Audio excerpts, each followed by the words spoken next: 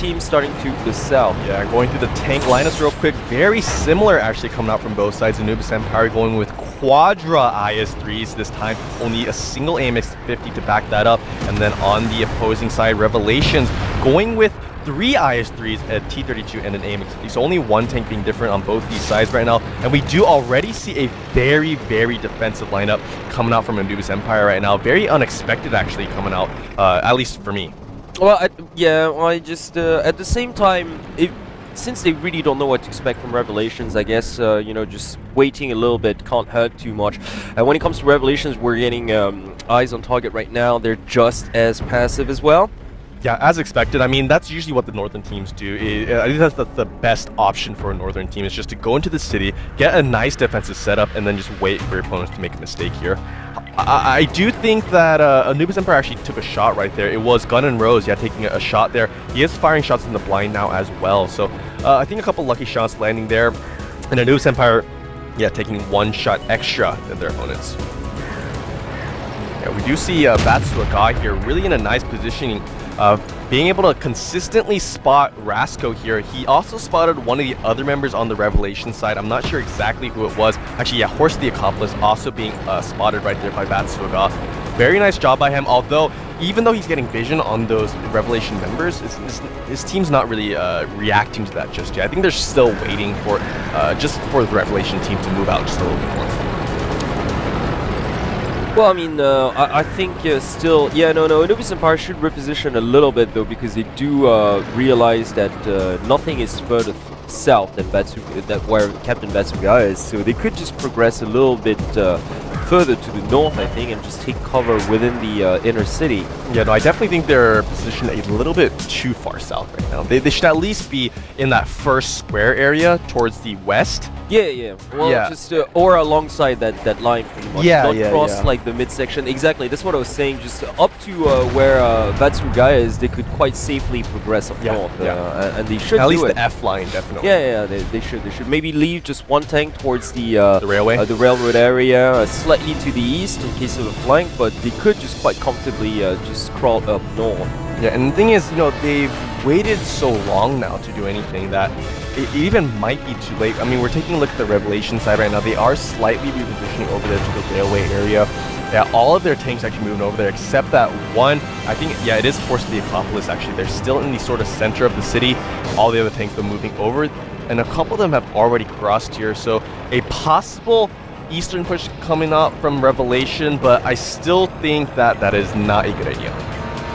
If I were Revelation, honestly, I would just continue to camp the city and then slowly progress more south. Well, I'm just thinking that they're trying to catch their opponents off guard by going towards the forest. But yeah, once again, I don't really just condone that kind of wisdom, though, because they're forsaking cover for the sake of taking the long way around, and yeah, it might not be such a great idea. At the same time, Anubis Empire is being so very passive at the moment that it's really not going to change anything. Yeah, that's who actually spotting out Rasco there on the railway. So Anubis Empire kind of having a general idea of what Revelations are up to there. Yeah, Batsuga, I'm sure they know that, you know, by just spotting that single tank, they know that at least a couple more are there on the railway. Of course, the Accomplice also being spotted here. Gun and Rose lining up.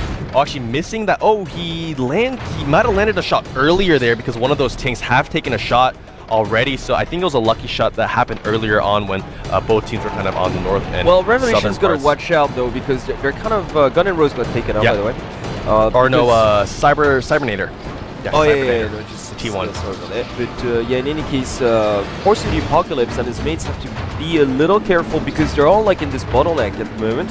Yeah, no, most definitely. Say if the 5100 on the Anubis side, mainly Calantini, decides to line up for his shots, this really might prove quite, well, detrimental for the Revelation side. At the same time, they are successfully like just well, spreading out for a flank. And they still not have been spotted. Yeah, you've got Black Ice and Anubis here, just to the southeastern part of the forest. So, but once again, like I'm pretty sure that Anubis knows what to expect at this point.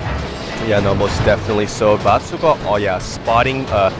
There we have Tim Wahoo being spotted in the IS-3. So some slight repositioning coming out. Oh, Gunnar Rose taking a huge shot.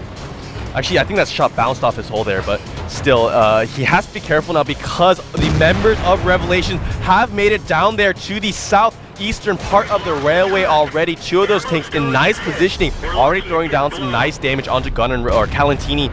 So, and Gunnar Rose. Rasco starting to damage now as well here. Oh, another huge shot onto Rasco here. They're moving in. Batsuaga and his rest of the members, Anubis Empire, are all moving into this fight right now. No, because they know they've got the numbers, because they know two of their, no, three actually of the heavy tanks are towards the railroads. So that's why they were just waiting for the Revelation forces to split up. And look at that. This is just an absolutely overwhelming just scenario here for them. Look at that. It's 4v1 right now. Yeah, Gunnar Rose absolutely has to stay alive here, though. He's down to 89 health. It's not going to matter because, like, this Horse of the Apocalypse is the next one to fall here. So even if Gunnar Rose goes down, the advantage would still go towards Anubis here. And you know what?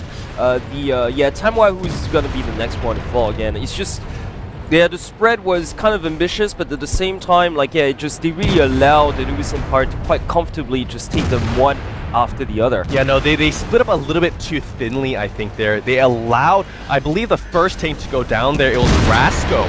Rasco was completely out of position. First of all, he was an AMX 50, so he should not have been out there in the open. And then second of all, he was right next to most of the members on Anubis Empire. So he was, after he went down, the rest of his team didn't have enough firepower to keep up with the Anubis Empire. And at the same time, since they were too split up, they just weren't able to focus down those Anubis tanks. Yeah, indeed. So those IS-3s doing whatever they can to try to turn the tide, but it's just they losing 3 tanks from the get-go like that. There's absolutely nothing you can do.